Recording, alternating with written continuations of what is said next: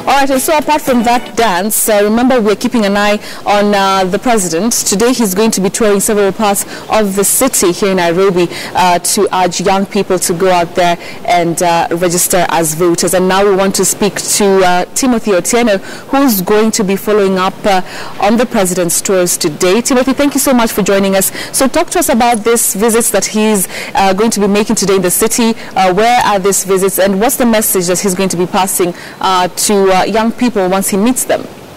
Well, Betty, the president is expected to visit the larger parts of Eastlands this afternoon, of course, in that voter registration drive that is engaged in so vigorously over the last few days. Of course, he's expected to visit estates such as Jerusalem. He is going to be in Kahawa West, as well as Dagoretti Corner, Kangemi, as well as Mwiki and Kasarani. But of course, he's going to be making stopovers along the way, including one at the Bama Market, the country bus station, as well as Haile Selassie Avenue and Landis Road. So it's really the president engaging in the last minute exercise to try and consolidate as many people as possible to come out and vote. And just that video we've seen just a few short minutes ago, trying to encourage the youth. So we are most likely going to see him try to speak out to that particular demographic in society. And of course, this is a strategic move, considering the fact that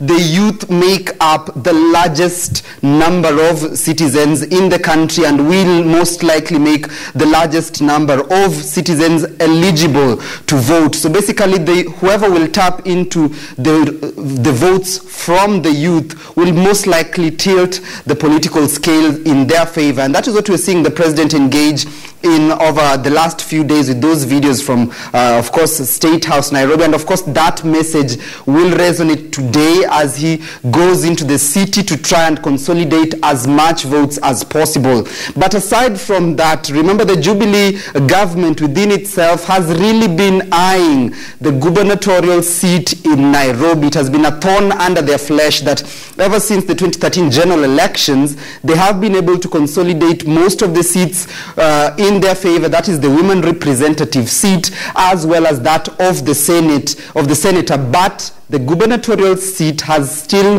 remained a stronghold for the coalition, of course, held by the incumbent Governor Evans Kidero. And the president and the deputy have really pronounced themselves in the past that it would be a good thing if the governor of Nairobi came from the Jubilee party. So we are going to be seeing the president go across the capital trying to sell out that message, as well as try and get as many people as possible, not only to register and vote, but also to buy into the ideology of the Jubilee administration, and perhaps why the capital may need to be governed by somebody who is part of the Jubilee party, Betty.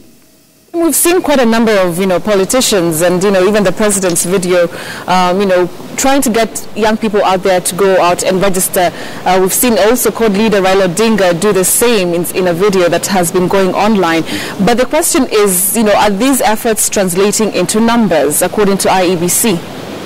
Well, if the statistics are anything to go by, these efforts may not be translating into as many numbers as had been anticipated. As it stands, the Independent Electoral and Boundaries Commission, as at 2 days ago, said they had already only registered 2.1 million voters. This is way below the target of 6.1 million, about 4 million votes less.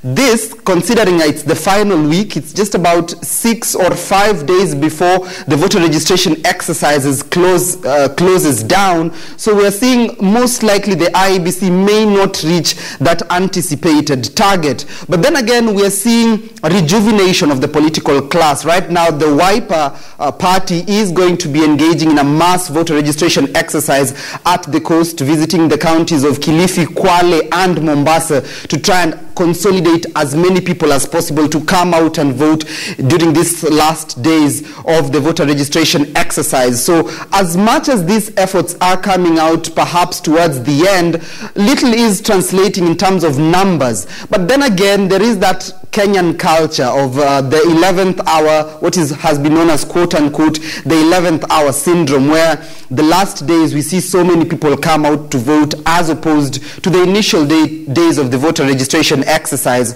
So it may be too early to call right now, but as it stands, the numbers are not in their favor, and most likely the IEBC will not reach that target despite so many quarters trying as much as possible to consolidate their strongholds, as well as try and reach out to other areas that may not necessarily be their strongholds, to come out and not only register but also try and consolidate as much voter base as they can as possible. So the next few days, of course, the registration exercise closes on the 14th of February, which is next week, Tuesday. By then, the IEBC may be able to tell us how much more they've been able to add to the voter register as far as the numbers are concerned, Betty. All right, Tim, just before I let you go, I mean, you've interacted with, young people, even a story you did a couple of days ago.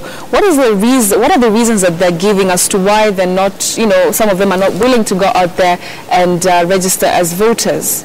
That's an interesting question, Betty, because the number of youth who I was able to speak to a few days ago were basically of the line of thought that what do I get to benefit from going out to register and vote? So among the youth, there is this notion that really me going out to vote does not benefit me directly. And the people who I was speaking to, understandably, most of them were students, and they were feeling that right now they're actually out of class. Most of them were insisting that they were in campus now for almost a month without doing anything, and basically for them they had wasted a lot of time, they had also wasted a lot of money in the process, and they did not feel like the government of the day was really concerned about their issues, but much more about them going out to vote. So for them, they felt that this voter registration exercise, and especially the part where the politicians are coming out